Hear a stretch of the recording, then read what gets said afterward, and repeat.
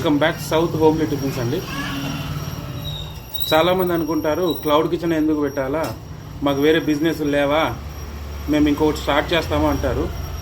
Cloud kitchen ఎందుకు పెట్టాలి అని అంటున్నానంటే, వేరే బిజినెస్ ఎలా ఉంటుందో అది అందరికీ తెలిసిందే. క్లౌడ్ కిచెన్లో మెయిన్ 99% ఫెయిల్యూర్ అంటున్నారు. ఫెయిల్యూర్ ఎందుకు వస్తుంది ఆలోచించండి ఒకసారి. ఫెయిల్యూర్ రాదు.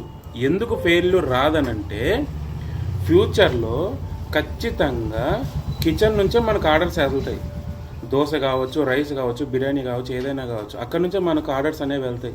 సో ఫుడ్ మీద ఎవరైనా డబ్బు పెడతాడు, లేదంటే చచ్చిపోతారు. తినకపోతే చచ్చిపోతారు కదా. సో అలాగా డబ్బు ఎవడైనా పెట్టాల్సిందే. సో అందుకోసం అని చెప్పేసి మనం ఇప్పటి నుంచి ఒక ప్లాట్ఫామ్ అనేది రెడీ చేసుకొని ఆన్ బోర్డింగ్ చేసుకున్నాం అనుకోండి, నిదానిదానంగా ఆర్డర్స్ అనేవి వస్తాయి.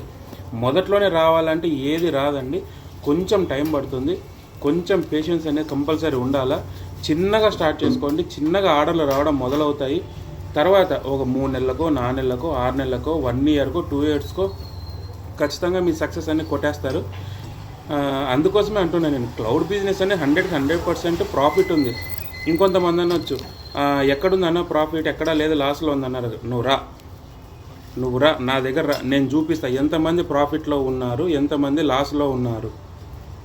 లాస్లో ఉన్నారా అంటే కారణాలు 2 ఉంటాయి. ఒకటి, ఇంట్లో సపోర్టు లేక. 2, ఏదో చేసి ఆడ వదిలేసి మ్యాన్ పవర్ని పెట్టుకోవడం.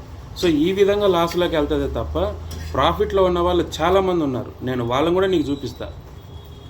ఖచ్చితంగా చెప్తున్నా, క్లౌడ్ బిజినెస్ అనేది లాస్ లేదు. 100% చేసుకోండి. ఇన్స్టెంట్గా మనకు తక్కువ ఆర్డర్స్ వస్తాయి. 1, 2 లేదా 3, 4 ఆర్డర్స్ వస్తుంటాయి. డిపెండ్ ఆన్ ఏరియాస్ బట్టి స్టార్ట్ చేసుకోండి. ఎటువంటి సమస్య ఏమీ ఉండదు.